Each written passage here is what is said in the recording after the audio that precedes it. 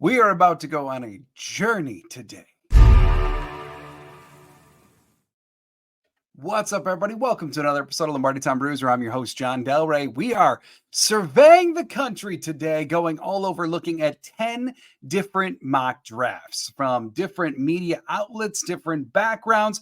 I wanted to see what people across the country are having to say about what the Green Bay Packers will do in next week's 2024 NFL Draft. Before that, though, one quick bit of news, and it is a Packers transaction. Yesterday, they signed tackle Andre Dillard, formerly of the Philadelphia Eagles, as well as the Tennessee Titans. And I know the immediate question is, well, what's he going to do? What void does he fill? And he does have a lot of experience as an offensive lineman, but I'm going to throw on the huge caveat of with the Tennessee Titans last year, it was rough by almost every single metric. He was one of the worst offensive linemen in football last year, leading the league in sacks, according to PFF. Pressure rate was out of this world, etc. You get the gist. It wasn't a good year.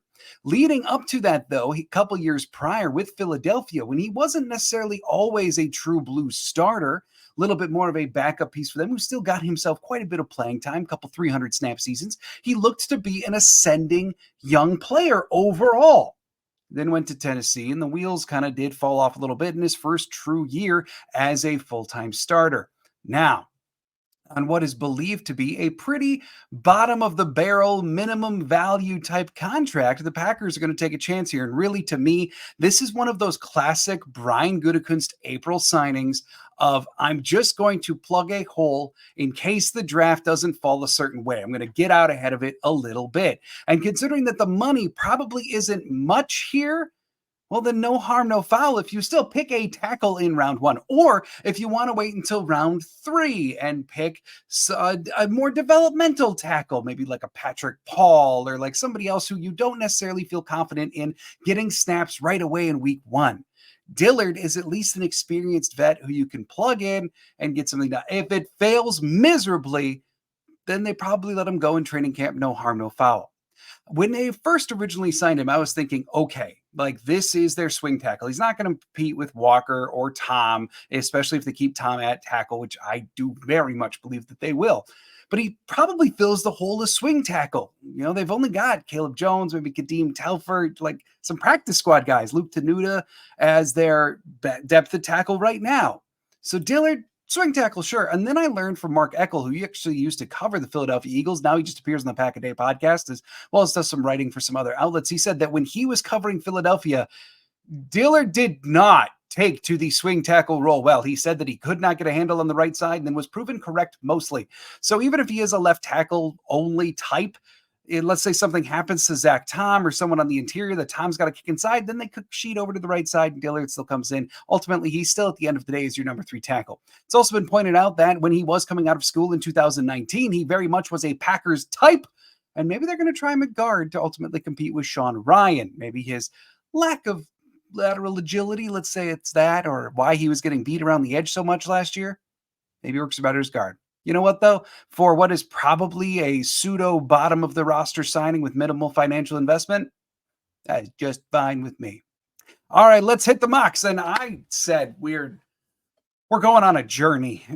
Yeah, because some of these are pretty wild. And it really starts off with the first mock draft that we're going to cover. Again, 10 mock drafts from all different various places. I'm going to tell you where it came from, the date, and then what the picks were. Some of them are just 1-round mock drafts. Some of them are 7-round mock drafts. I'm going to give you all the picks and then what they said, why the picks occurred for the picks that applies to. So let's start off with the first mock. We're going with Chad Reuter from NFL.com. He actually just dropped this earlier today, being April 19th.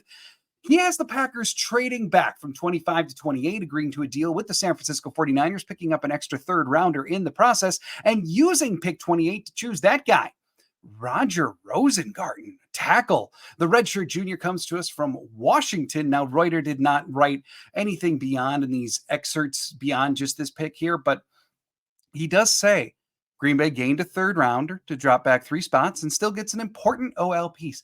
I got to tell you, Rosengarten is a very, very good player. He's very much a Packers type. He would be a true tackle for them, not someone that they need to kick into the interior.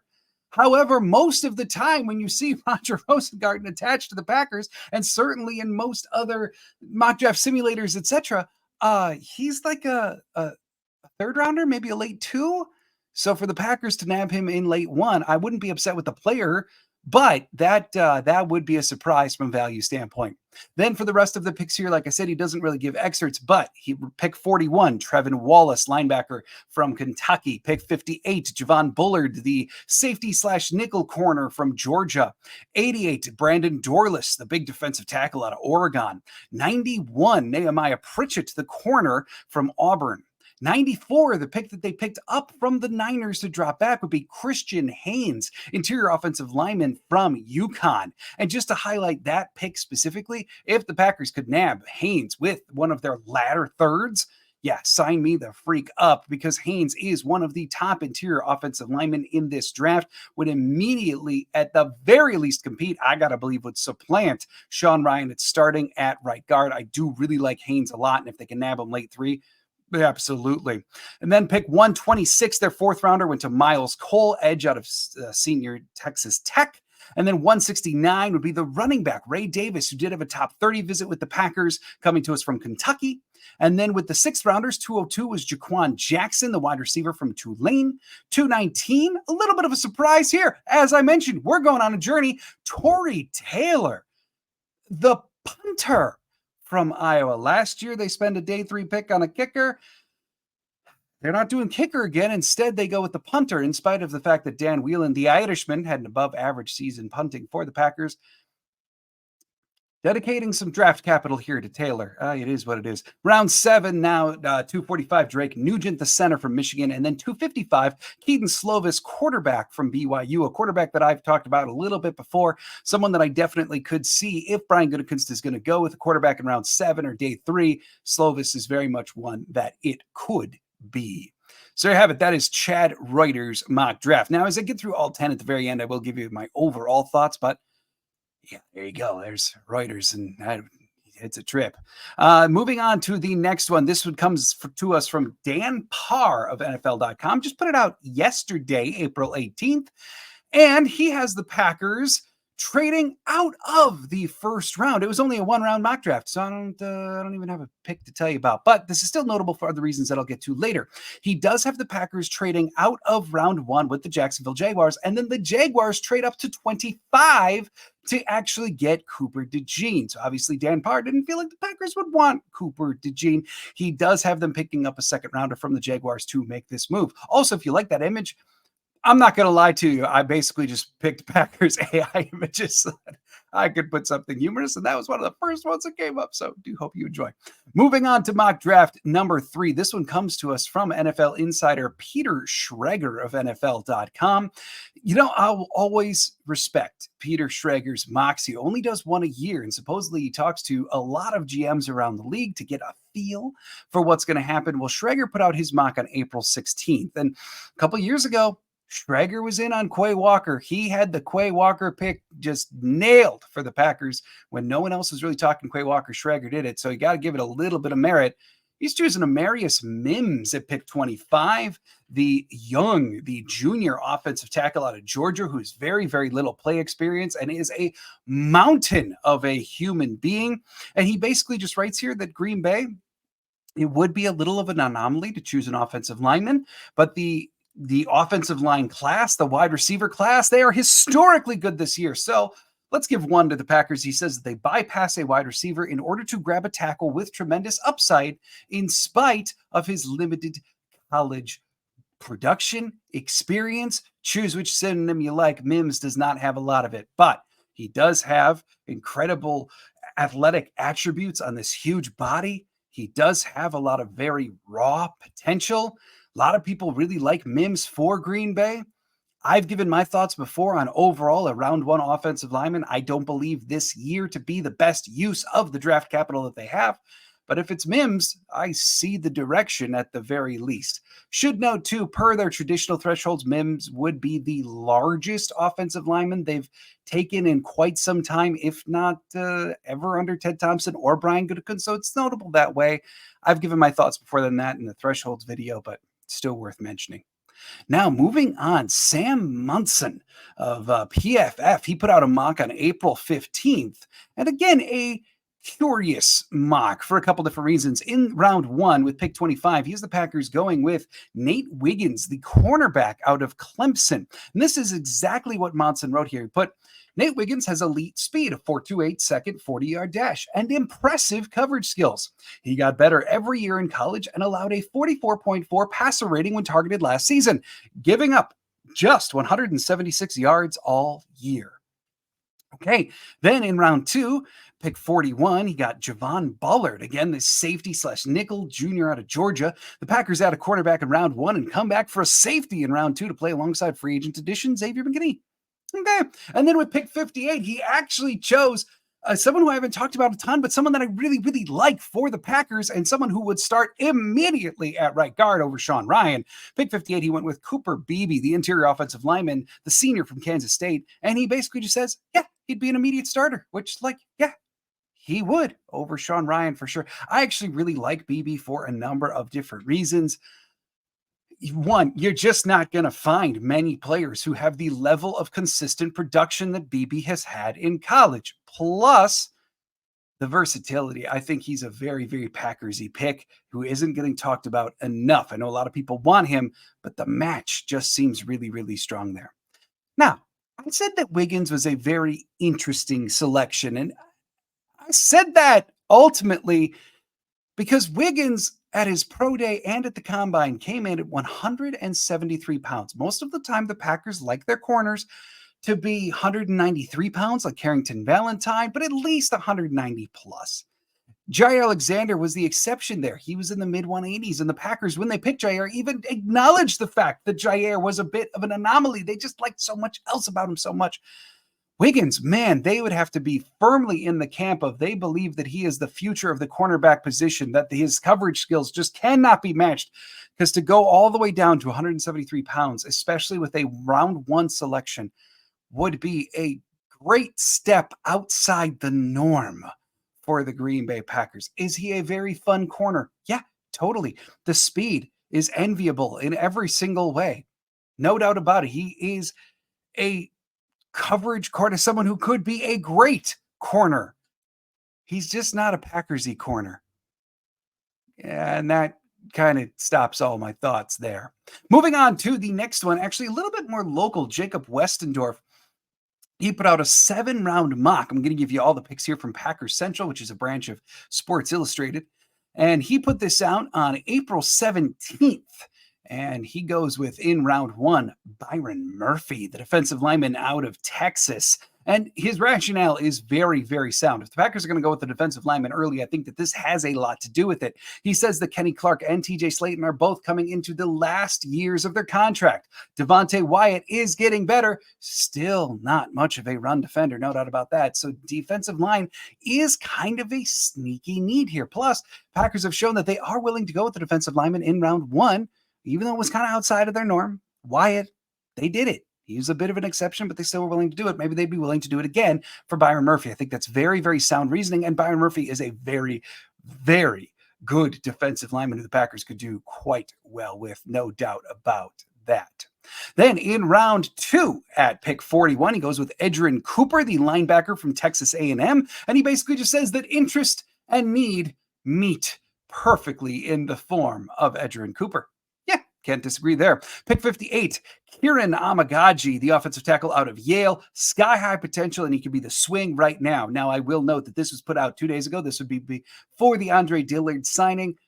I don't think the Dillard signing changes anything about taking a player like Amagaji in round two, and he very well might still be the swing tackle even with Dillard on the team.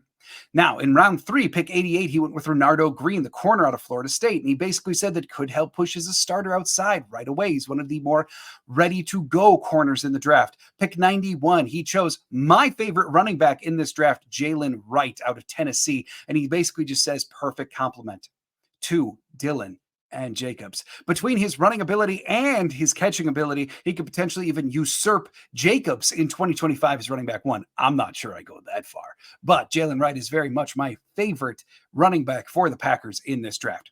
Then at 126 in round four, he went with Cole Bishop, the safety out of Utah. Just said he's ideal next to McKinney. In 169, round 5, he went with Braden McGregor, the edge out of Michigan. He basically just explains Enigbare's out. They need to add some punch to the depth at edge, which is where I can reveal my edge thoughts here. I've talked before about how in a new 4-3 scheme, I would not be shocked at all if Carl Brooks actually goes a little bit back to his collegiate roots, starts playing more edge. Kobe Wooden, who was light last year to play on a 3-4 line, could very well kick out and be an edge in this new 4-3 defense. And in which case, if both of them are D-line flexible, you could play them at 3-tech or at 5-tech. Is edge with Enagbare out still the high degree of need that a lot of people are perceiving it to be? It's just a question. Will the Packers still address edge in this draft? Yeah, I'm pretty confident they will sometime. And is edge one of the most premium positions on the field total? Yeah, 100% it is. But if we're talking about Enagbare being out, they still have Preston Smith, still Rashawn Gary, still have Lucas Van Ness. Brenton Cox Jr. is a development, they're sure. And then you kick out Wooden and Brooks for some additional time outside too. All of a sudden, that edge room gets awfully full, awfully fast. Now, continuing on with Weston Dorf's mock draft here, he does go on to explain with these next couple picks, he was using the simulator, like he used PFF simulator, and he doesn't believe many of these guys are still going to be here at all. But hey, they're there for the simulator, so he picked them. And with pick 202, he went with Tanner Bortolini, the offensive lineman out of Wisconsin. 219, Tyron Harper, the linebacker out of Missouri, who the Packers had in on a top 30 visit.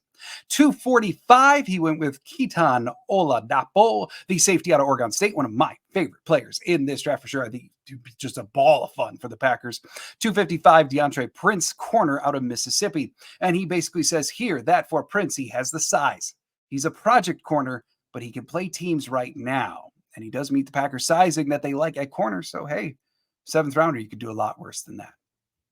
Next, going with Walt from Walter Football. He put this out on April 17th. I always do check Walter Football. You know, it's a smaller name out there in the world of mock drafts, but I do always at least check on Walter Football because I do recall years ago, he nailed the Nick Perry selection for the Packers. So I just give it just a little bit of grace. So here and on April 17th, he said that in round 1, the Packers were going to go with one of the most popular selections out there in round 1, pick 25, Cooper DeJean, the junior out of Iowa. And he basically just says, hey, they traded away Rasul Douglas. They got a hole at corner opposite Jair. Pick the guy who can do all of it. So there you go, DeJean. At 41, he said Chris Braswell, the edge from Alabama. And Walt basically says, need more edge to overcome Detroit's offensive line. Yeah, Detroit's got a great O-line. I'm not sure I see the Packers picking edge for that explicit reason, but like, okay. Then he says Braswell has huge upside. Pick 58, he said that they're going to go with Cole Bishop, the safety out of Utah, plays all over the field. It addresses the safety issue. Yeah, can't disagree with that one at all. Pick 88, Blake Corum, the running back out of Michigan. New number 2 because A.J. Dillon was awful as the number 2 last year. Corum runs with great strength and balance. One side note about Blake Corum, he does seem to be small for how the Packers like the running backs. Aaron Jones was... There's been some comments about how like Aaron Jones was not their ideal runner. He just was really good at what he did. But Aaron Jones is also basically the smallest running back that they've picked since like the early 2000s, coming in at 5'9". Blake Corum at 5'8" would be a bit of a difference there. Then at 91, the later of their 3rd round picks, he has them going with Justin Eboigbe. I'm sorry, I have not been able to get my mouth wrapped around that name for quite a while, but he's a defensive lineman from Alabama and basically just says that he's going to help with the run defense issues. 126, Kalen King, corner out of Penn State. Doesn't have the best size, but is a talented shutdown corner, according to Walt. And then at 169, he has them choosing the linebacker out of Washington, Ulapashio. He's got an injury history, but he replaces Campbell. So in terms of that mock draft from Walt, there's some logic there that I really, really like. There's some logic there that I don't like. Of course, I like DeJean in round 1. I have not been quiet about that. Edge in round 2, sure. Braswell would be kind of a step outside. He's a very good edge. He does have a lot of potential. I don't like the rationale at all of like, well, we're going to pick him just to get around Detroit's O-line. Interesting. Bishop at the back end of round 2. I think a lot of people are going to feel as though that may be a little bit early, but keep in mind that there's been quite a bit of buzz about Cole Bishop being firmly entrenched in day 2 now, if not being able to escape round 2. So I have really no issue with Cole Bishop at 58. And the rest, kind of hit or miss. Now, let's go to the draft OG himself, Mel Kiper Jr., who on April 15th, just a few days ago, combined with Field Yates. They did a duo mock draft together. And so at pick 25, they have the Green Bay Packers again picking that dude, Cooper DeJean, out of Iowa. And Mel Kiper basically says here that some teams view him as a safety, some teams as a nickel. But at least in Mel's eyes, he could be the number one corner in this draft.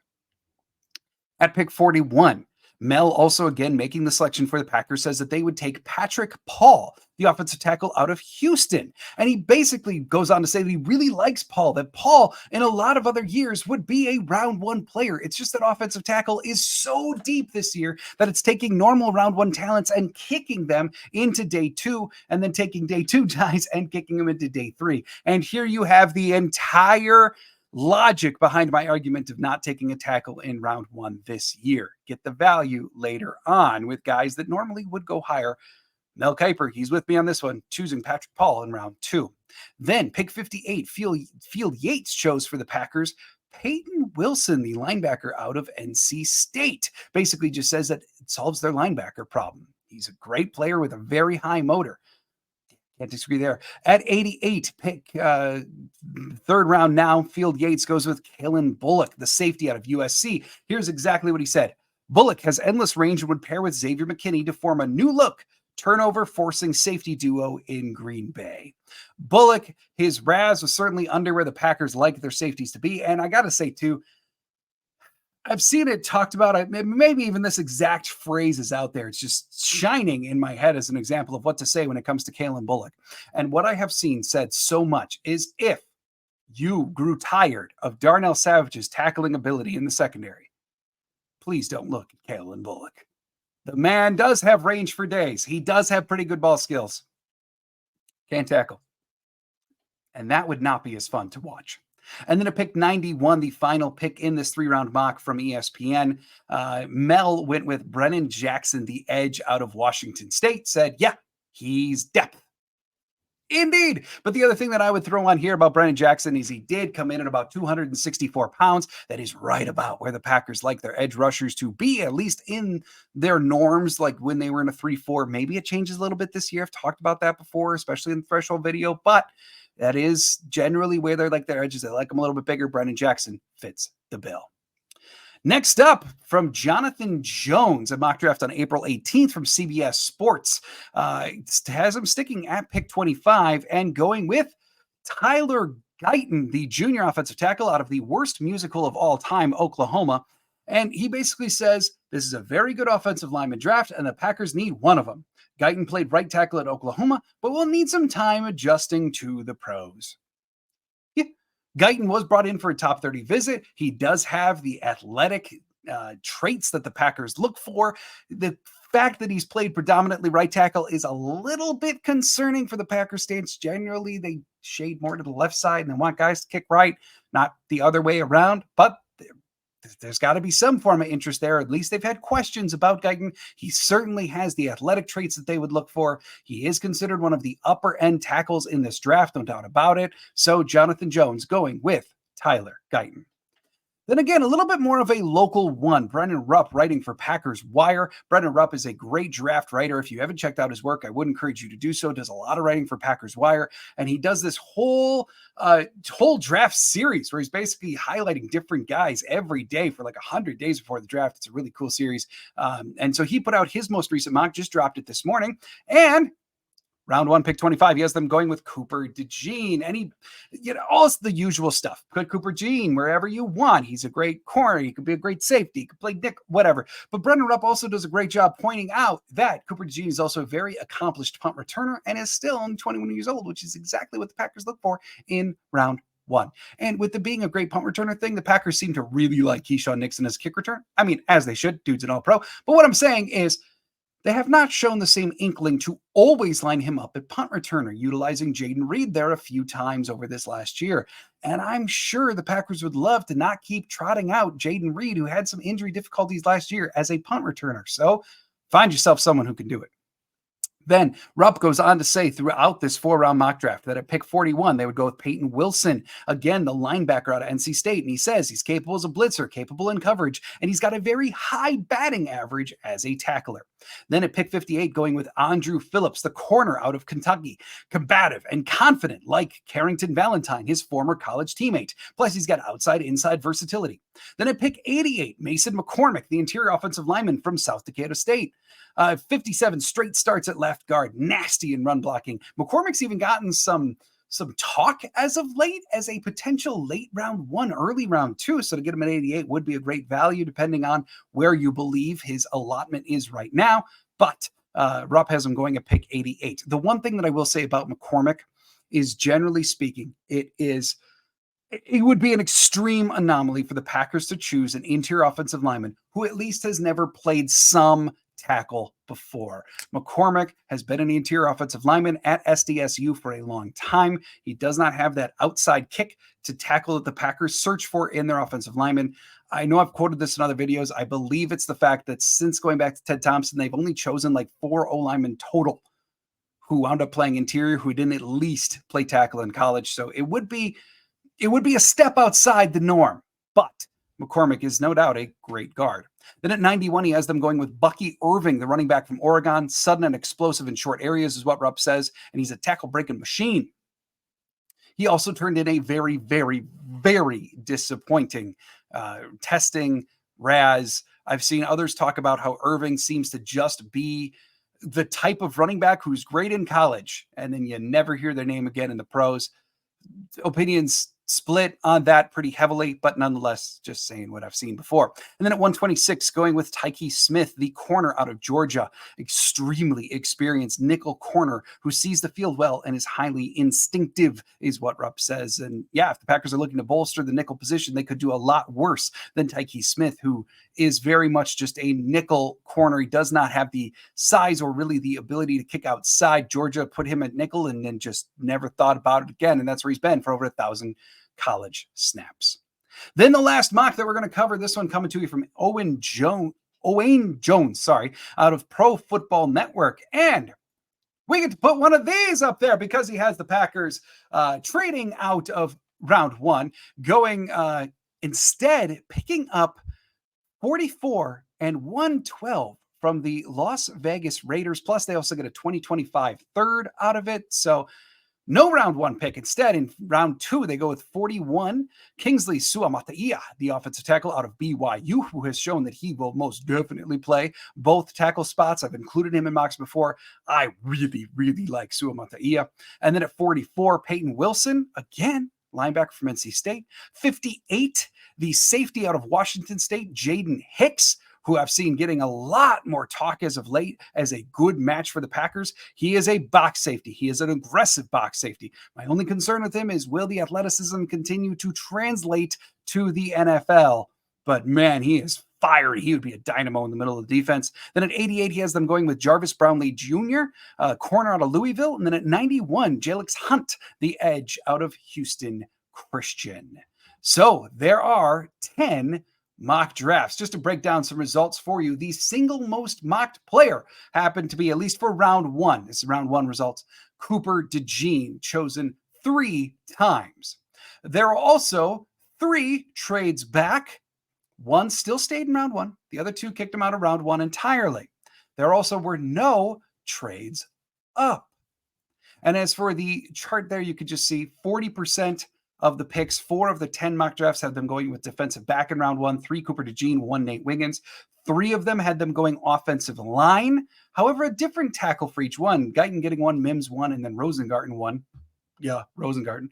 And then 1 of them chose defensive lineman, Byron Murphy. That was Westendorf for SI. And then 20% saying trade out. In terms of an overall summary of thoughts here, there are some notable things that I pulled from this. Edgerrin Cooper was only on 1 mock. It's been reported that the Packers have great interest in Edgerrin Cooper. They brought him in for a top 30 visit. And yet, is it the fact that he's ascending up draft boards and isn't going to be there in round 2 and the Packers may want him?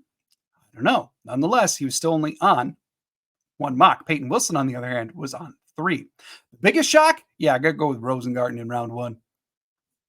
Maybe it won't be a reach. Rosengarten could be a great tackle. Don't get me wrong. It's just that does seem to be higher than most of the time when he's picked. The most unpackersy round one I talked about a little bit, but Nate Wiggins and his itty bitty body going in round one. It's just very hard to see the Packers doing that. And then just some names that I wanted to highlight, some favorite names that only appeared once. Kingsley Suamataia, Jaden Hicks, Andrew Phillips, and Jalen Wright. Certainly some of my favorite players in this draft who only got mentioned once in all of these mocks.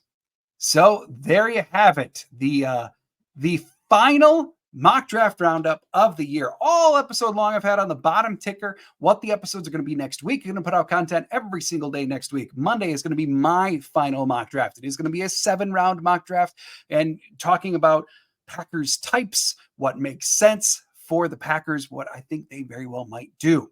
Then on Tuesday, for the first time, we're going to try a live community mock draft on YouTube. So I'll put out something to the channel so subscribers can check it out. If you're not a subscriber, fix that. But anyway, going to put that out. I'll actually be putting that out probably tomorrow morning, detailing what time that is going to be on Tuesday, a special Tuesday edition of Lombardi Time Brews. We can all get together, do a mock draft together. Then Wednesday will be our typical Lombardi Time Brews live at 4 o'clock Lambeau time. And then Thursday, Friday, Saturday, oh yeah, I'm just going to live on your screens because we are going to be doing a watch party, me and Claudia here for every single pick. We're going to be joining up with Wisco Fanatics for a large part of it as well.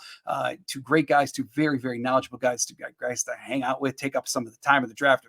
And don't worry, okay, I know what some of the thinking is for some of you out there about like, well, if you bring in others, are you still going to answer?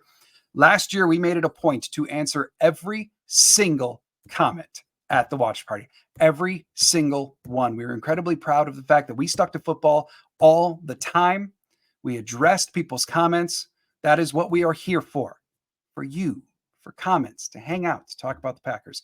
Even with joining up with Wisco Fanatics, we've discussed it. Our priority is going to be answering again every single comment and talking football all the way through. So join us for that watch party. I'll probably also put out some supplemental videos around like time of the draft. I'm just going to be here all the time. So be on the lookout for that. Going to be a huge week next week and a week that I am very, very excited for and very excited to say that it has arrived. Thanks everybody for being here at Lombardi Time Brews. I will see you on Monday. Go have a fantastic weekend. And as always, go Pack Go.